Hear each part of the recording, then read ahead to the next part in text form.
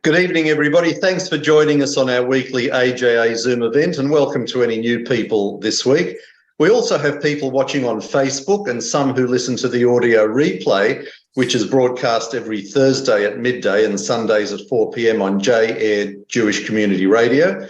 That's at FM 88 in Melbourne or www.j-air.com.au everywhere else.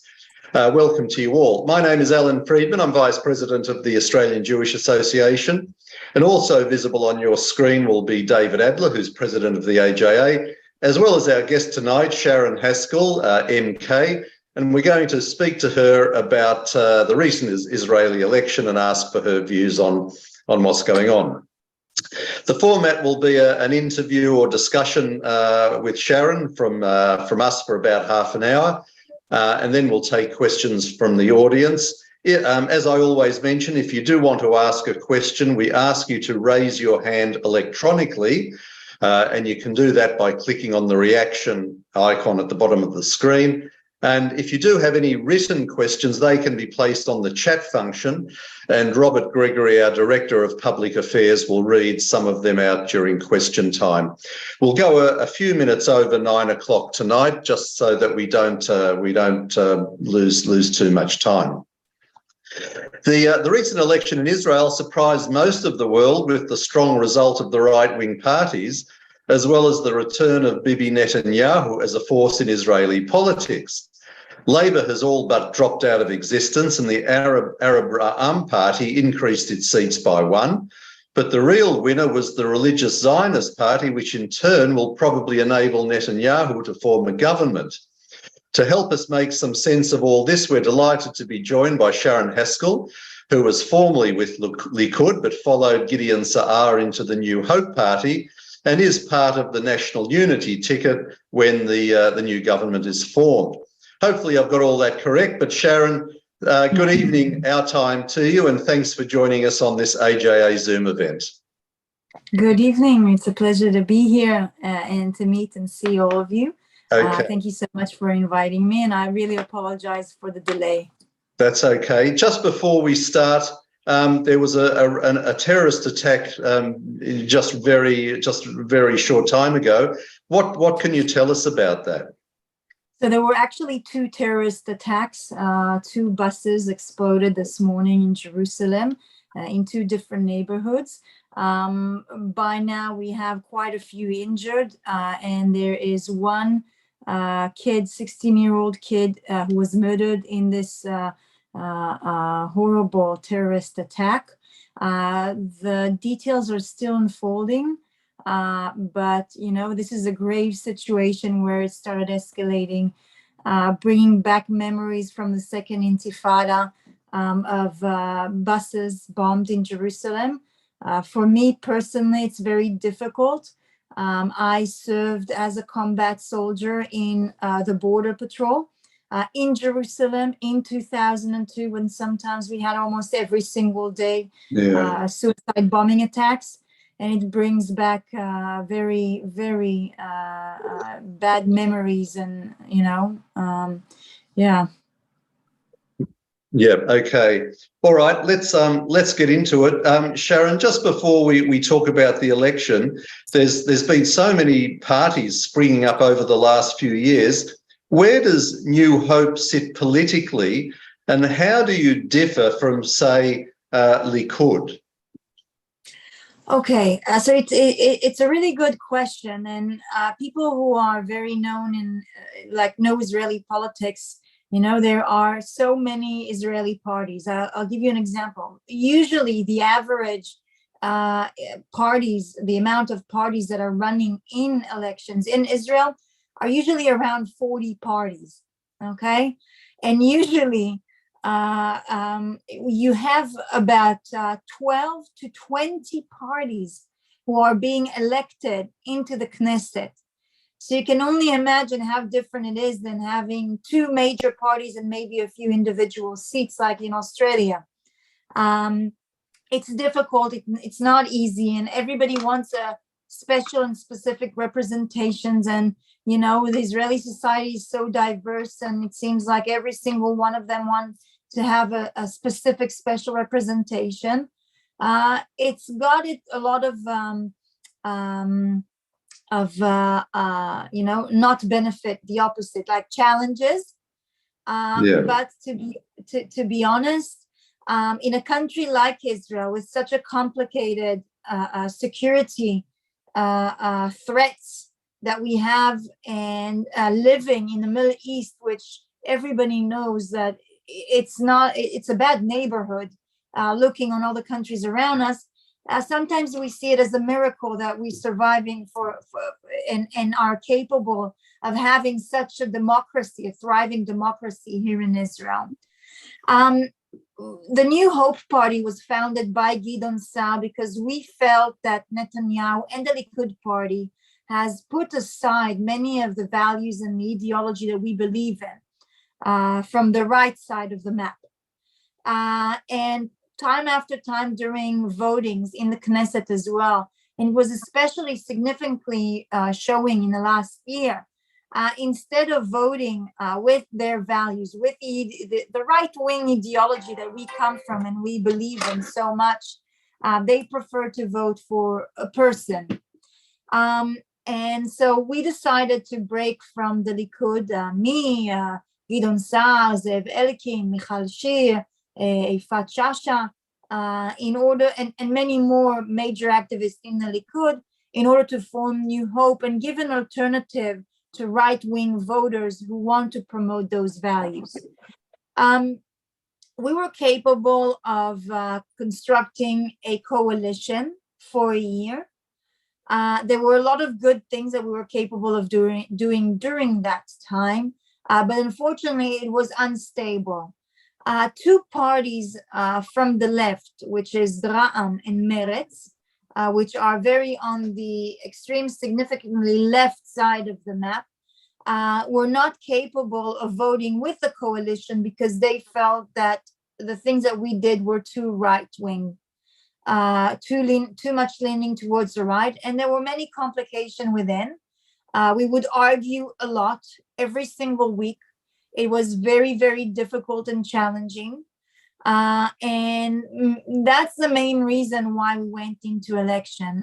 We took responsibility because there was a legislation considering touching the areas of Judea and Samaria, which means these are, anyone that doesn't understand in depth the Israeli-Palestinian dispute, these are the heart of the dispute. These are territories in dispute where we claim for it and the Palestinians claim for it. We have a lot of history, and obviously they are resident of the area for many years, and it's an ongoing dispute that's been going on for years. To be talking specifically, the Israeli-Palestinian dispute, the core of it is not territorial, okay? The core of the dispute is cultural and a religious dispute. That's the core of it. It has a territorial aspect to it, but the core of it is religious, cultural dispute. Now, this legislation that was meant to come and be voted is a legislation that we vote on every 4 years. The Israeli law that's being applied in Judea and Samaria by this specific legislation that's being renewed every 4 years give us, the government and the government's authority, the right to give, let's say, healthcare to citizens who live in Judea and Samaria. It gives us the right to place police stations in these areas. It gives us the right to give, Israeli pensions to people who are residents of Judea and Samaria. And this legislation is extremely important. And usually there's no doubt about it. Everybody votes in favor because we understand the complexity until we have a long-term solution to this disputed area. Now, we were meant to pass this legislation, and the oppositions refused to vote in favor of it.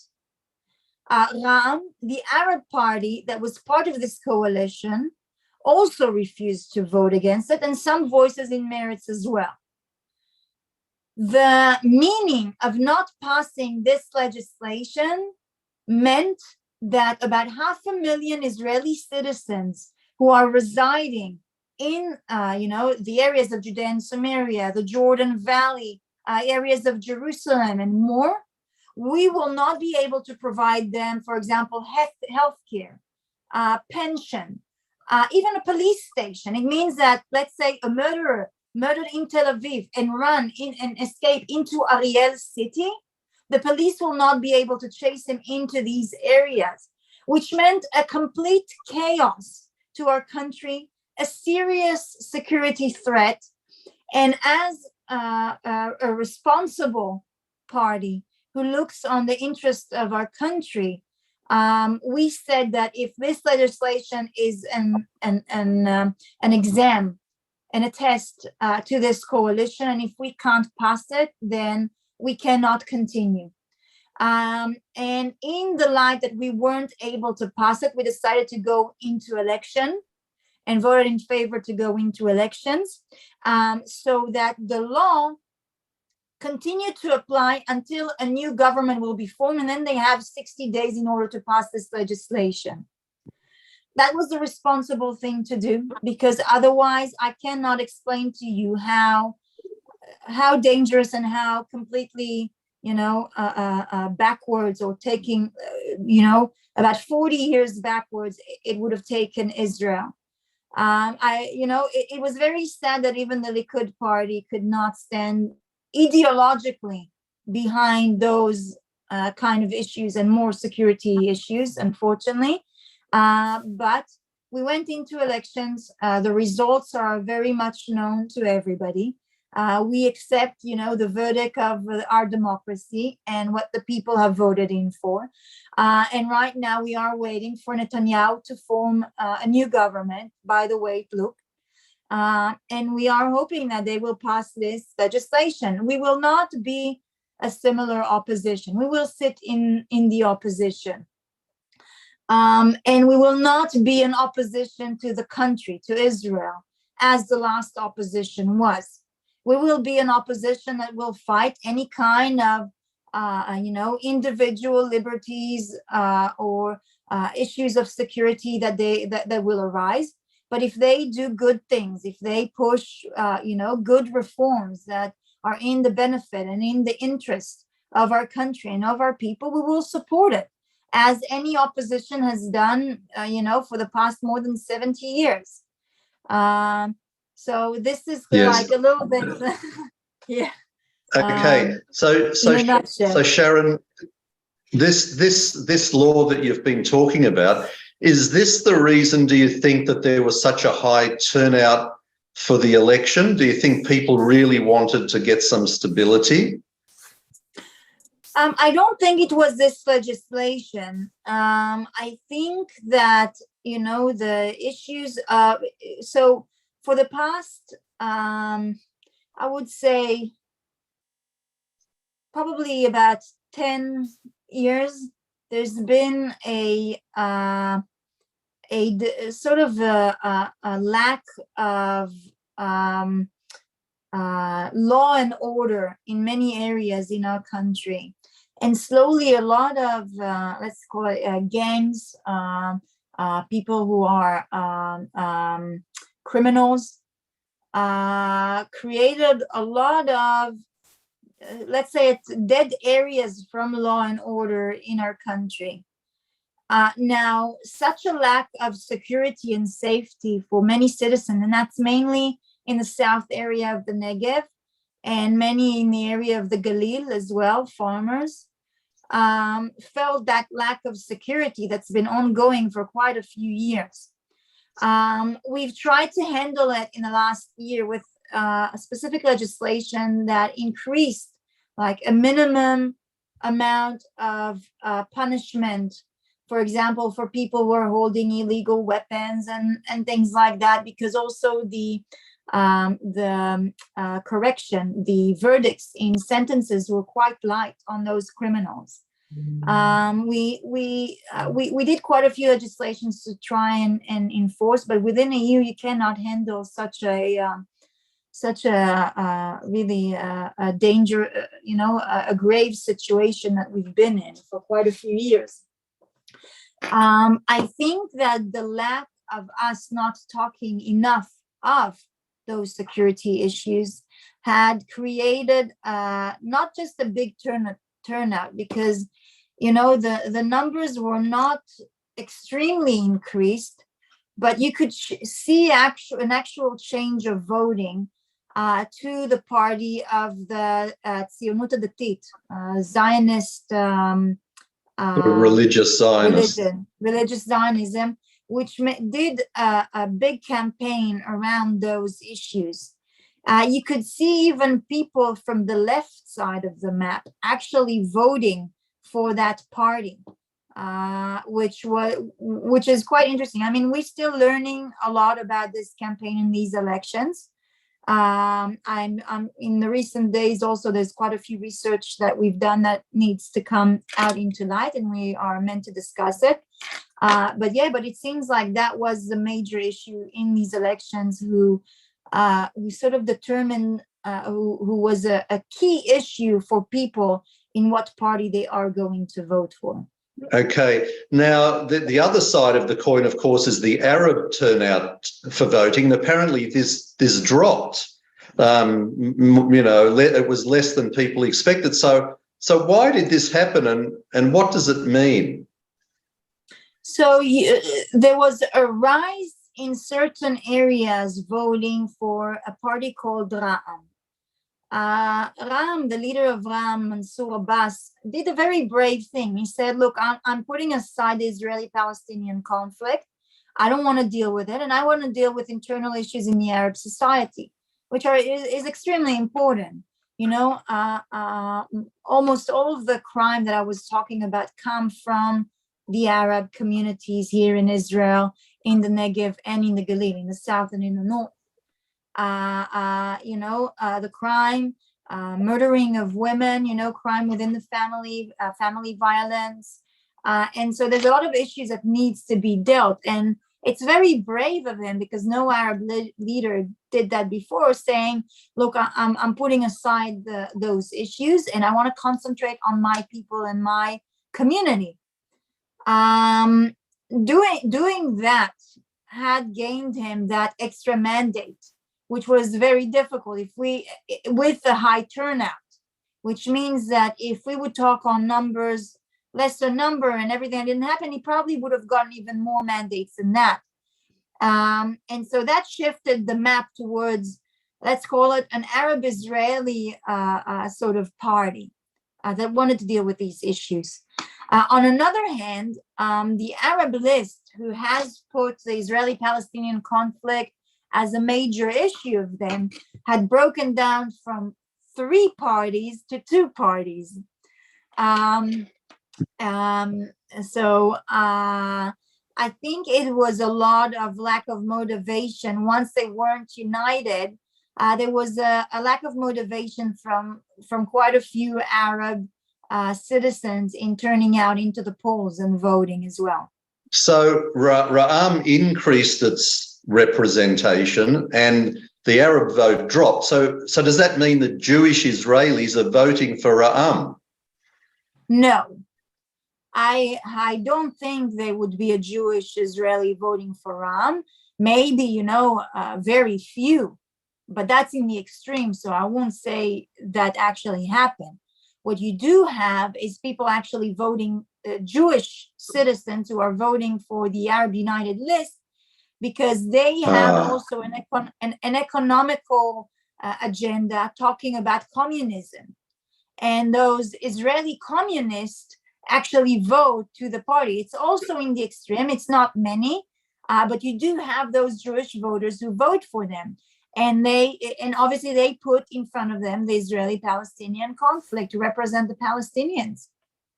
Okay, I've got a question from Michael. Sharren, you might remember you've met Michael and I in Melbourne, and it's nice to catch up with you again. We were doing Nothing Left, which we stopped doing that radio program a few years ago because we wanted to focus on the AJA. So, Michael, fire away and ask your question. Yes, hi, Sharren. Hello. It's Um, good to see you again. Likewise. Look, the left is now virtually non-existent in Israel. Is this because they are bad at selling their ideas, or has the country settled firmly to the right of centre? And the other question is, were you surprised at the after the elections at the vitriol from Jewish diaspora leaders and the way that they came out against the Israeli elections, really not accepting the democracy? Wow, these are very good questions.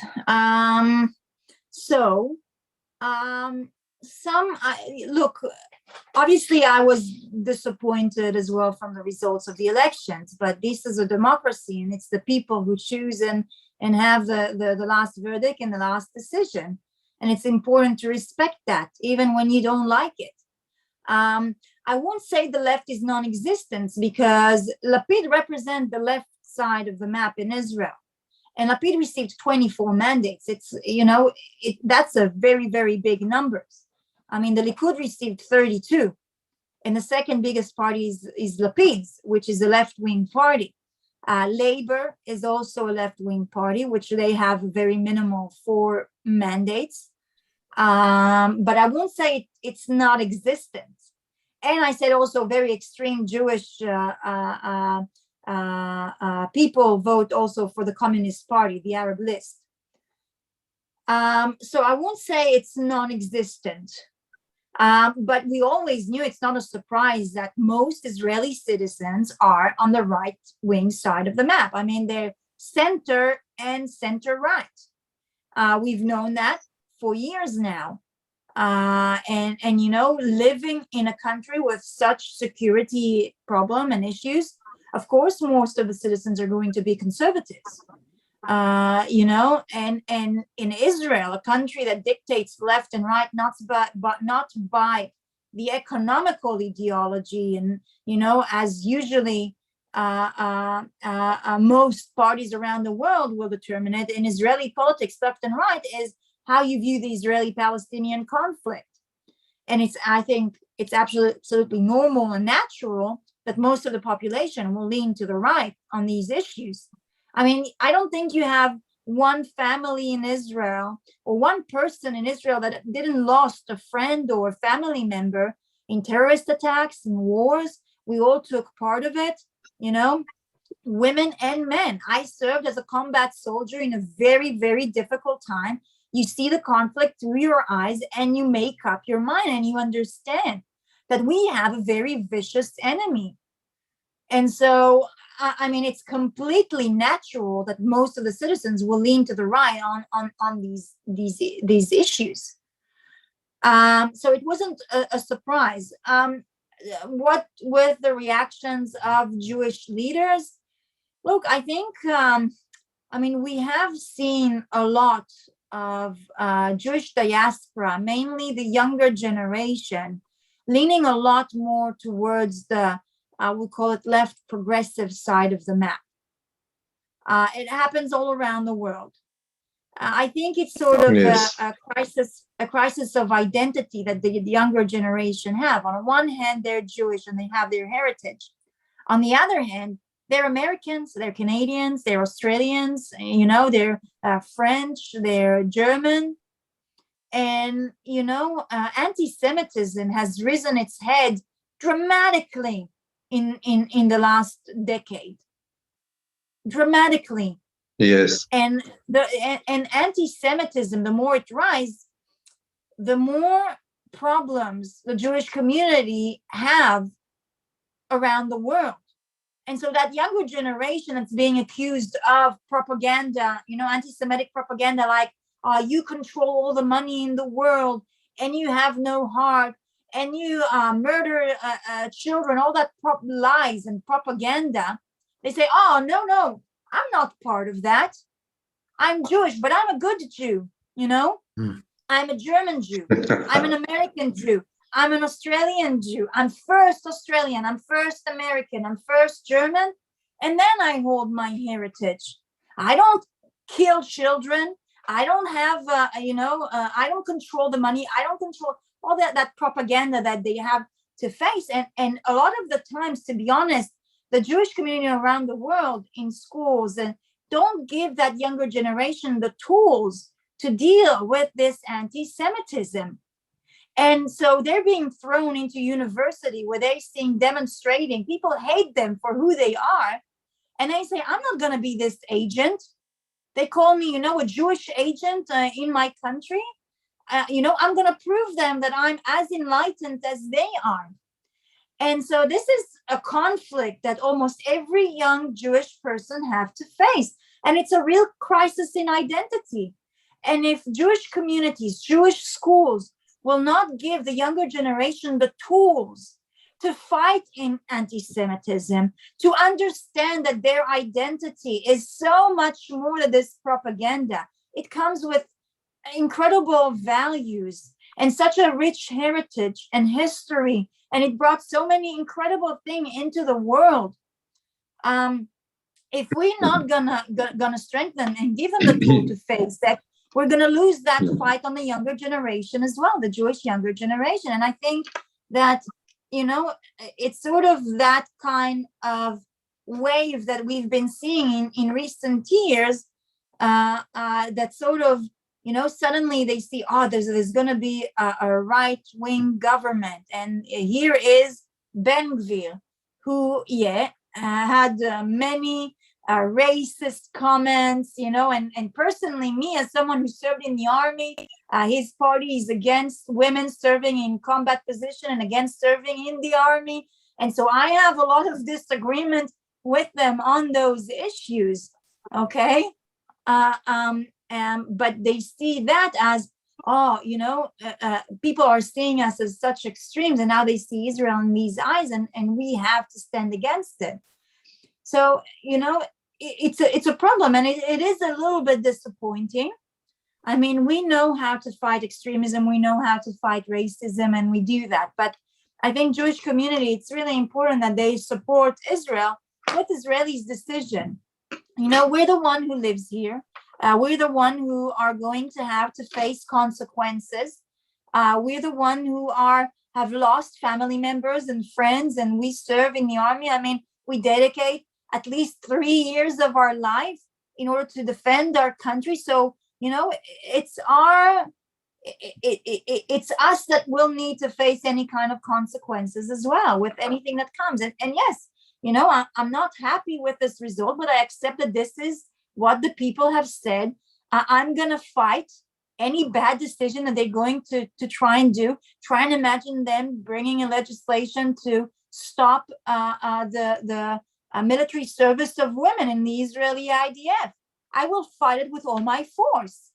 But, I accept the democratic decision that the people have said. And, I hope they'll do good things for our country and for our people, because that's what we need at the moment. We need more unity and less division, not to bring extreme laws that will break the Israeli consensus.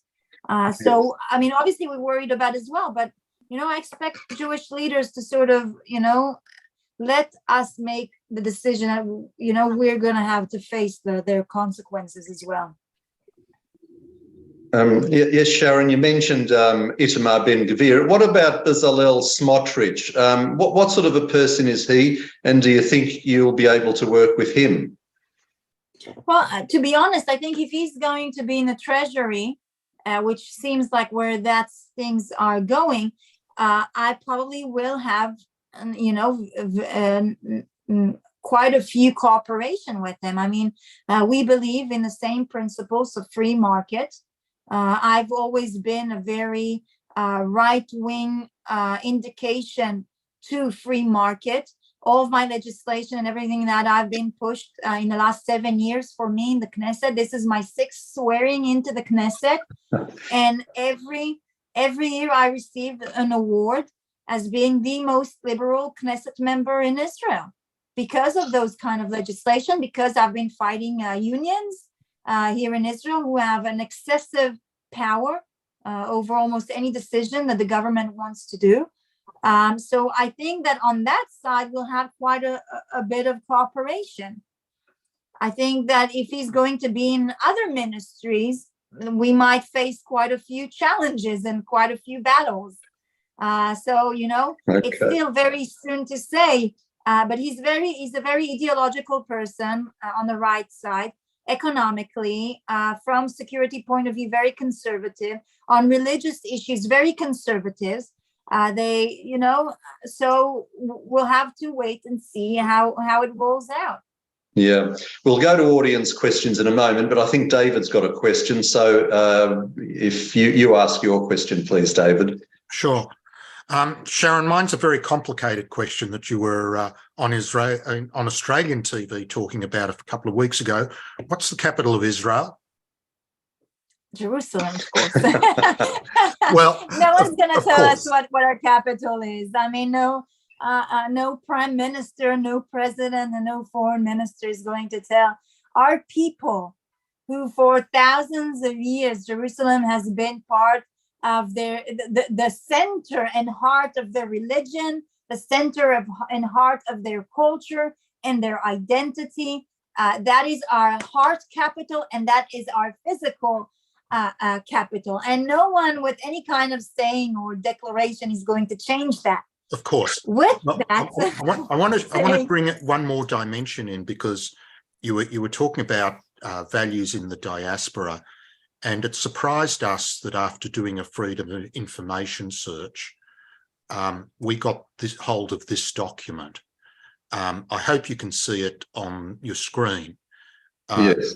It's from the Zionist Federation of Australia, and it was at a time previously when the Jerusalem issue became political in Australia. And here we have a Zionist Federation putting various things to the Australian government. I've marked some of the comments to highlight things that we think are problematic. It does talk about moving the embassy from Tel Aviv to West Jerusalem and recognising East Jerusalem as the capital of a future Palestinian state in the context of a future peace agreement. So it's unfair to ask you for comments on the detail of that, but the principle of a Jewish organisation putting to our government or any government the potential West and East Jerusalem, and East Jerusalem being the future of a potential Palestinian state. I want to make it clear that AJA has as a core principle that Jerusalem is the eternal undivided capital of Israel and the Jewish people. But I wanted you to see that document. If you're able to comment, that's good. If you're not, yeah, I don't know this document. I would love to get it. If you could send it to me later on via WhatsApp. To look more in details and to actually ask some questions about it. Obviously there's many Jewish organizations who are trying to be involved in the future of Israel. But at the end of the day, as I said before, the future of Israel is going to be determined by the people of Israel, not by anyone else, not a different community, not presidents, no prime ministers, because at the end of the day, we're the one who are going to have to live with these consequences and anything that happens because of it. And my children saying, and I apologize because that's why I was late today. My two twins girls who are 3 months old and my 2-year-old that is right now sick with fever. They're the one who in 18 years and 16 years are going to have to join the IDF to defend our people and my country. They're the one who are going to take a risk on their life, same as their mother did, same as my grandmother did and my parents did. And so I will do that only if we can determine what our future is going to be and take responsibility for that. And this is an Israeli debate that we are having for years and years, and shouldn't have the pressure of whether it's international organizations or community who lives outside of Israel or different governments. We deeply appreciate, and we have such a strong bonds with so many incredible communities and organizations around the world. We take their opinions in consideration. We take care of it. We answer for it. We build bridges, and it is so important to continue that. But at the end of the day, the decision is going to be an Israeli decision. It needs to be the people's decision, and there's need to be a vote on that. Yes. Okay. If you're listening on J-Air, this is the Australian Jewish Association Zoom event, which we have every Wednesday night. Our guest tonight is Sharren Haskel, member of Knesset, and we're getting an update on the recent Israeli election. Just before we go to questions, I've got Leon, Hugh and George. I'll ask David to tell us what's coming up next week. Okay, just very quickly, Alan, as we always do, please ensure that you support AJA, go to the website, make a donation, apply for membership if you're not yet a member. And of course, we have our Tzedakah Fund now available, which has the primary objective of fighting anti-Semitism. I'll put the account details into the chat, and please consider making a tax-deductible donation. Next week, we're looking at the question of, does Israel face a Palestinian demographic threat, with former Ambassador Yoram Ettinger, who's also become quite a commentator and writes extensively on Israel issues as well. Very perceptive guy. Okay, thanks, David. Okay, over to you. Now, we are running a little short on time, so I will ask you to keep questions tight. Leon, you're first. Please unmute yourself and ask your question. Oh, good evening, Sharren. Congratulations on your re-election to the Knesset. Thank you. Now, in your comments about the war of the Arab Palestinians against the Jews, you seem to imply that the only territorial dispute was regarding Judea and Samaria. Isn't it true, however, as Yasser Arafat said, they want the whole of what is Israel. They don't want only Judea and Samaria. And isn't it a mistake to downplay that ambition of theirs? So, as I said, the core of our conflict, it's not territorial. It is religious, and it is a cultural conflict between Jews and Arabs. That's the core of it. And obviously, by the Islam, and I mean, not just by Muslim, but Palestinian activists, you hear them even marching in Sydney saying, from the river to the sea, Palestine will be free. And what does that mean? It doesn't mean just the West Bank. It means the entire state of Israel. From the river, from the Jordanian River, which is one of our borders, and from the sea, which is the Mediterranean Sea, which is the other side of the country. And so you do understand that they want it free from Jews. Not, I mean, in what kind of other sense are they going to be free, if not from Jews? And so that's the core of the conflict. So obviously, when you are well known and aware of the entire history of this conflict, you understand that. And obviously, Judea and Samaria is not the only territory in dispute. It depends who you're talking to. Even Jewish parties like Meretz have the Golan Heights as disputed territories as well. You know, so I mean, it is a question. But what I was referring to was a legislation that gives the authority to the Israeli government to work all of its infrastructures and government agencies in Judea and Samaria. So you have to do it with a law, with the legislations. Otherwise, you go into some kind of a military governing. Okay, so if this legislation would be voted and fail, it means that the military would be the government of the West Bank. of Judea and Samaria, which would take Israel years and years back, which will create a complete chaos for Israel, for 500,000 Israelis who are residing there. I mean, the consequences are far-reaching. I can speak here for an hour about what these consequences are. And that's what I was referring to in the areas of Judea and Samaria.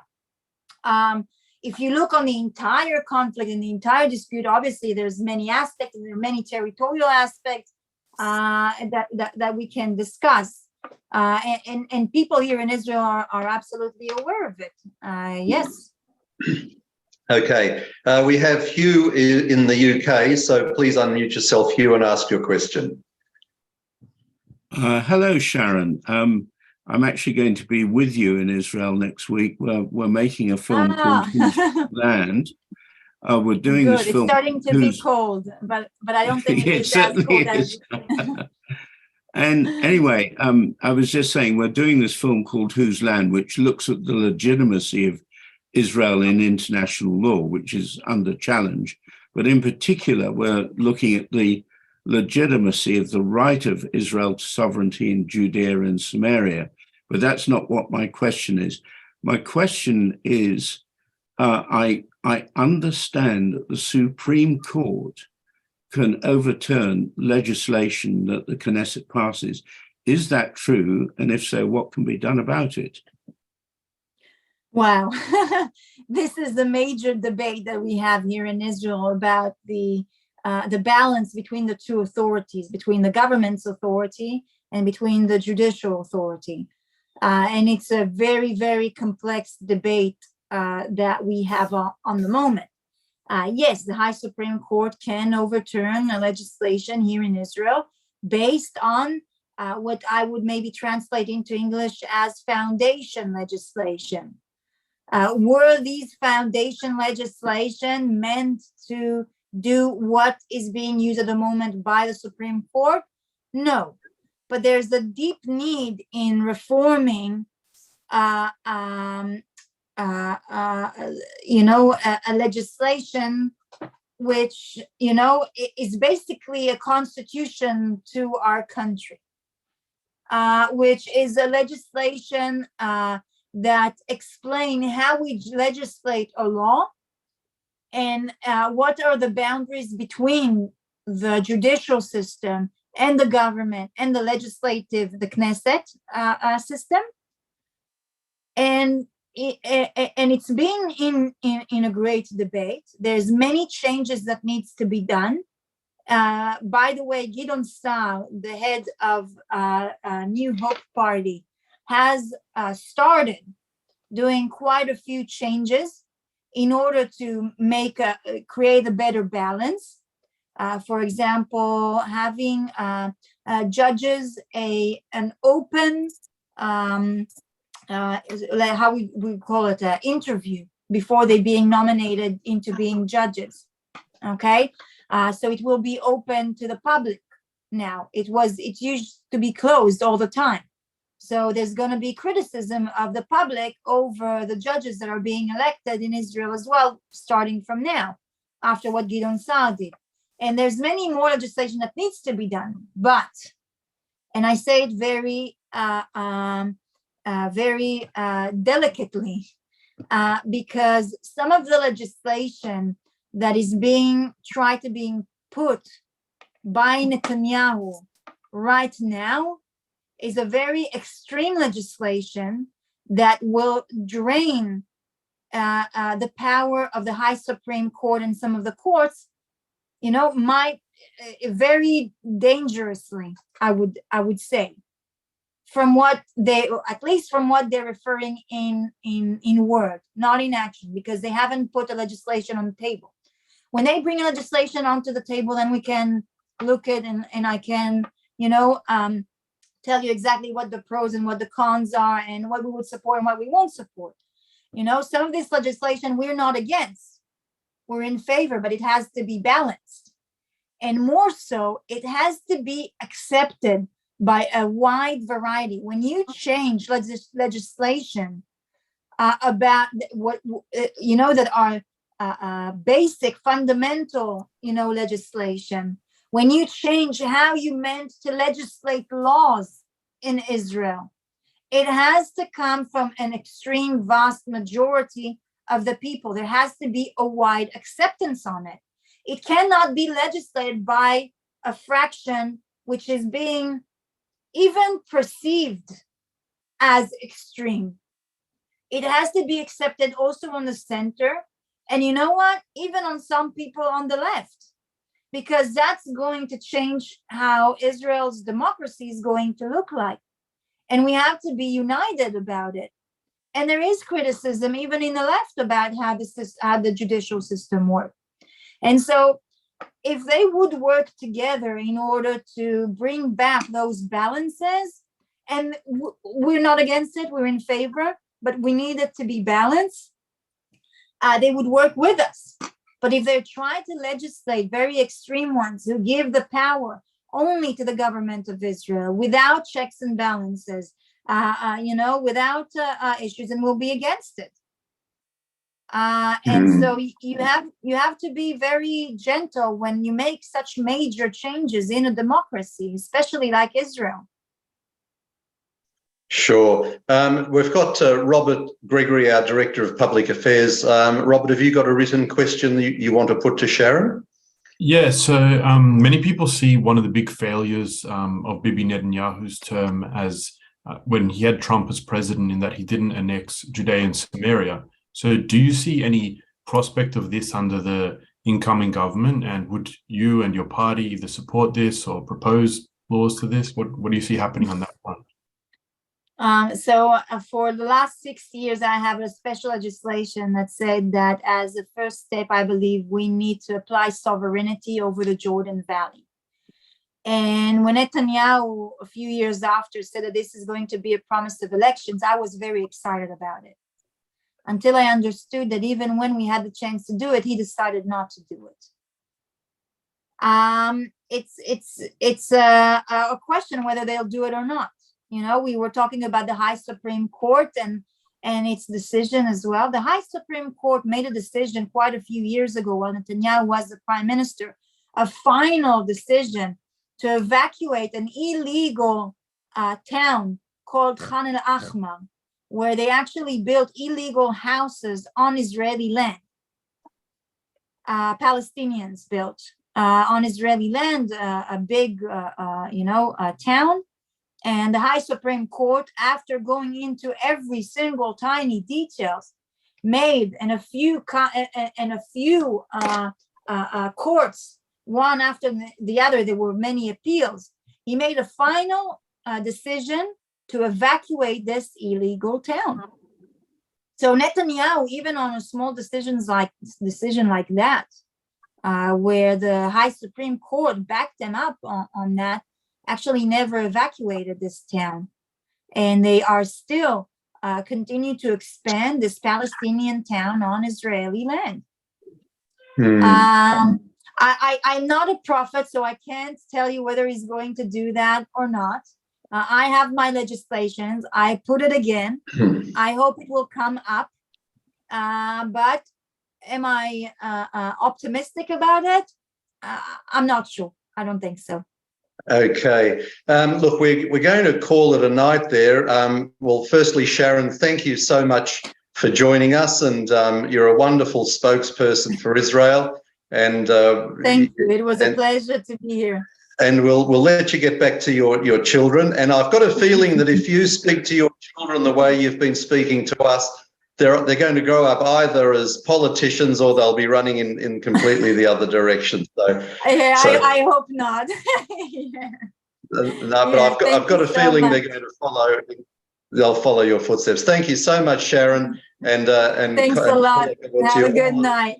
All the very best to you. The reason we're finishing also is because David is going to be on the Rowan Dean program in about 15 minutes, so we need to let him go and get ready for that. So we'll watch David on Rowan Dean on Sky News.